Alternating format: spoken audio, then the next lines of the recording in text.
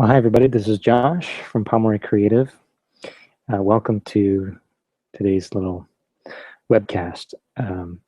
I would like today to just kind of go through and show you a little bit of what I've been working on, some of the projects that I've been doing for clients as well as personal projects, and how I've been using Google Drive's web apps to create a lot of our stuff. I think this will be very helpful for anybody, but especially for people who maybe you've recently purchased a Chromebook and there's maybe more things that you need to do than you thought were possible with a Chromebook. Maybe you're an educator, maybe you're a teacher or student, somebody involved in education that needs either a low budget or something that's very easy to access, so that you can share things and collaborate with coworkers or students. I think Google Drive and the applications that are built into it could really serve you very well. And I'd like to just provide a few tips and also show you kind of some behind the scenes of how I've been experimenting with it and what I've been able to achieve using Google Drive specifically. And we'll jump into that right now. So I'm going to go ahead and share my screen with you so that you can see some of the stuff that I've been working on. And I'm just going to go over here to my Drive folder. And so here we are, just sitting in my Google Drive. Google Drive, I think, is just really great. One little tip right off the bat that I'd like to give you is you have shortcut keys for all kinds of stuff. And over here you can click this little gear icon and you can drop that down and say keyboard shortcuts. So when I click that, this list of all the keyboard shortcuts will pop up. I've used some of these now a lot, and just any little shortcut's going to save you some time. So learning some of these shortcut keys on your keyboard, I think, will really save you some time, make you a lot more efficient with managing your files as well as creating the type of document that you want to create much more quickly. There's a lot of different ways to start a document, whether it's a Google Docs word processing document, or it's a Google slideshow presentation, or a Google drawing, or like an Excel, which is Google Sheets, and this gives you all the shortcut keys for those. And so that's under that little gear icon, like I said, and these are really great to kind of start using, and slowly you'll begin to memorize them. It'll become kind of muscle memory. Shift D is one that I use all the time because I use Google Drawings all the time. But so you can see here, I can create, no matter what folder I'm in, just by hitting this shortcut key, I can start up a new document just like that. So we're going to do that in a little bit as well. And you can see you can do it for a new folder, a new document, a new presentation, a new spreadsheet, a new form, and a new drawing. Those are all right there. So Shift D and then the appropriate key for the others. I want to show you too just kind of how I've been managing some of my files within Google Drive, because I think that it may be helpful for you as well. I like folders. I use folders a lot, and you can have as many folders as you want. Folders are awesome. They don't take up any unnecessary space. They're just great for containing your documents, and so I like to separate things as much as possible that makes sense.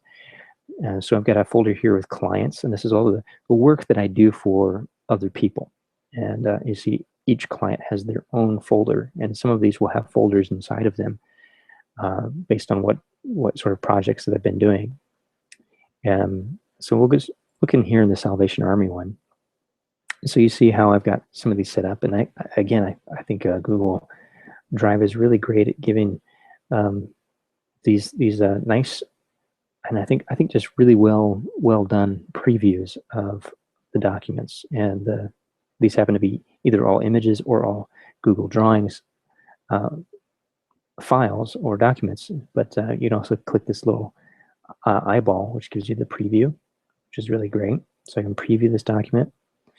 I can share it right here. I don't have to open it up. I can just click on the sharing icon and share it with somebody. I'm already sharing it with a couple of people from our local Salvation Army. And so this is, I think, just a really great way. It's a whole lot more sort of functionality than just storing your files. You can do a lot of stuff right in here. And for the last several months, I've been kind of just living inside Google Drive. Let me go back up here. I also use this tree view up here quite a bit. This is a great way to kind of get back to a particular folder very quickly and go all the way back to my drive and kind of back up in the hierarchy of how these folders are managed. If I go into illustrations here, you can see I've got a lot more stuff going on here, and then I've got folders up here at the top. And I like that it just puts your folders up at the top, and your documents kind of just sit below that in the alphabetical order. And you can change that order over here. It's the little A and Z icon. It's your sort options. So you can say last modified, and it very quickly rearranges them. Last modified by me, so you can see if other people have made changes, you don't have to see those up at the top of your list. And you can also see last opened by me. I think these are very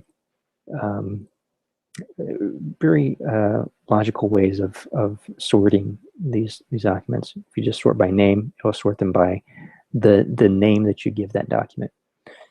Okay, there's more actions here, and you can also find options when you do a right click. You can also select things, so they'll be highlighted in blue, and you can click this little eye icon over here to get more details on that file. So it gives you some date, sort of date stamp kind of information, as well as any activity that may have happened if you're sharing this with somebody that would show up there. Useful stuff. And you can just click that again to get rid of it. You can also have a list view, and so if you have a lot of files like I have in this one, you may prefer this. I like to see the images, so I usually keep it on the grid view, which gives you the preview of the document. And I just want to show you as well, I've got some Docs, Google Docs files here as well. It doesn't just work with Google Drawings. You can preview the Google Doc. You can actually get text information right here just from the preview. You don't even have to open up completely up in a new tab. So I could grab some verbiage here and just do a Command-C or copy it, and then go into another document and paste it. This will also work with PDFs that have editable text. Now, if these have been converted to curves, you won't be able to extract the text information. But in this case, this one has editable text in the PDF that I could copy and paste into another document. Again, here's another Docs word processing document, and I can grab text out of these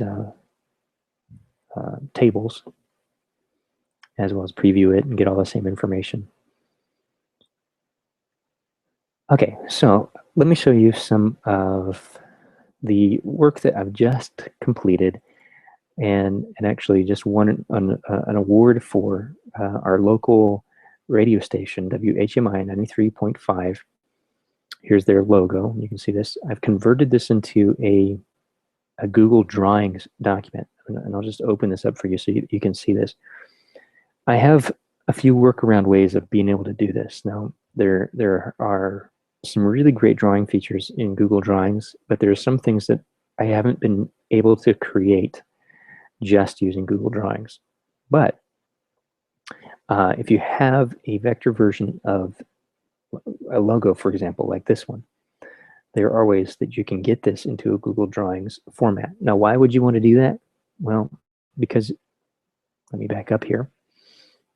It will give you the ability to much more easily manipulate and manage that logo file within a larger design.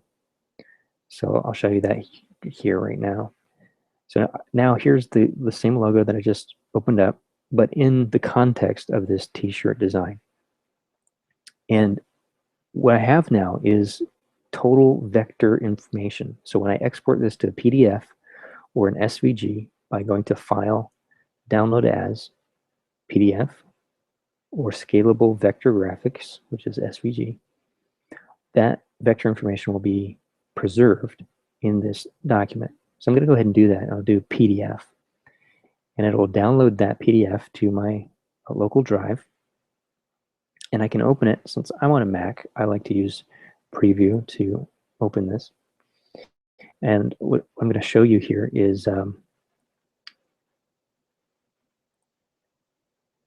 that as I zoom in on this, you'll see that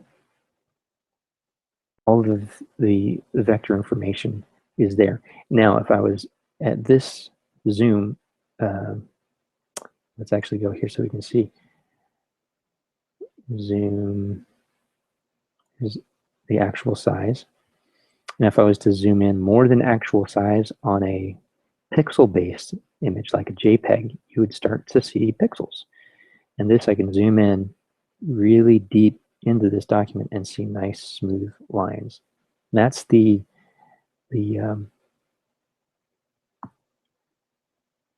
benefit of vector graphics, sort of the superiority of vector graphics over photo or raster, bitmap, whatever you like to call those types of files that use pixels,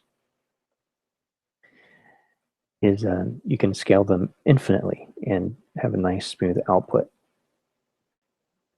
So that's why I've been using Google Drawings for, and have been very happy with it. So this kind of stuff, let me just kind of break this piece apart for you. I can do an Alt drag to drag a duplicate over here. And if I ungroup it, Command Shift and G. If you're on a Chromebook or PC, that's Control Shift G to ungroup, Control G to group things.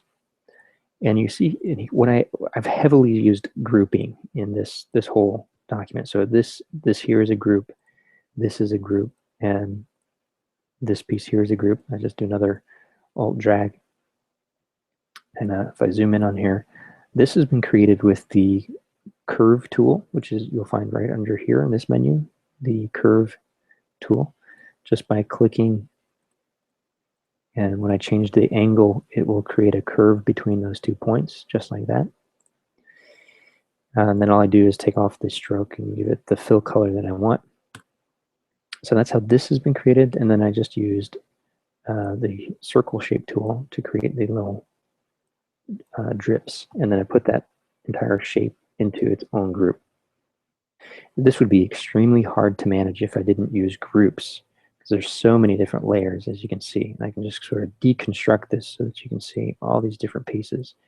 Also, these lines, each one of those, there's a separate line.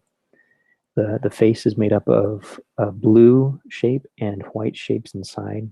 So if I ungroup that, you can start seeing there's a group there. Here's a piece. Here's a small piece. The face is even inside of its own little group. So it's all objects laid on top of each other using overlapping and grouping.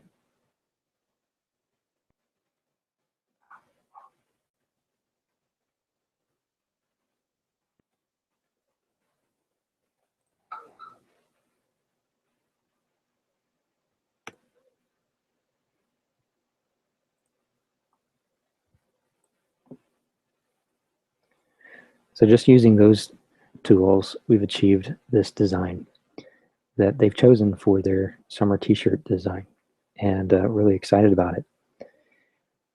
I'd love to show you a lot more, and I'll be doing more of these little webisodes. So please leave any comments below, and or hit me up. You can find me on Twitter and Facebook, or you can email me. I'm fine with that as well. And just let me know your thoughts, or if you have any questions. I'd love for these videos to really be able to help somebody else out there. Google Drawings, Google Drive's other apps, Sheets, Docs, and presentations or slides are all just phenomenal apps. And I think that with a little bit of help, I think anybody could create some really wonderful things that are actually usable in sort of your more industry standard applications, like creating a t-shirt design. Most t-shirt printers need vector files, and sometimes it's a little bit daunting for people. Like, what even is a vector file? Well, if you use Google Drawings and download that as a PDF, all of those shapes, now just the shapes. If you used photos, those photos are still going to remain pixels, but all the shapes that you create will be vector, infinitely scalable, and in a format that can be manipulated. So there's your design tips, as well as just some Google Drive tips for today's episode. Thank you for watching. Make sure you subscribe, and I'll see you back here later on. Bye for now.